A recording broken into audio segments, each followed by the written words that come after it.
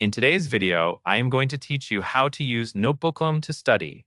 Start by opening your web browser and going to the Notebooklm website. Once the page loads, take a moment to notice the main dashboard. This is where you will create and manage your study notebooks, so it is a good place to return to whenever you want to start a new subject or organize a new set of materials. Next, create a fresh notebook by clicking the button labeled Create New on the dashboard.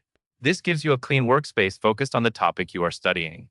Keeping separate notebooks for different classes or units can help you stay organized and avoid mixing sources. After that, upload your sources.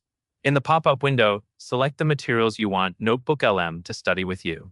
You can add PDFs, paste YouTube links, or choose files from your drive. Once you add them, they will populate the source panel on the left side of the screen. This panel matters because Notebooklm will base its answers on what you have provided here. For the best results, choose sources that match your current lesson and try to keep them focused so the information stays consistent. Now move to the chat panel in the center and type a question about what you are studying. This is where the real studying starts. Ask for explanations, summaries, key terms, or help comparing ideas across your sources.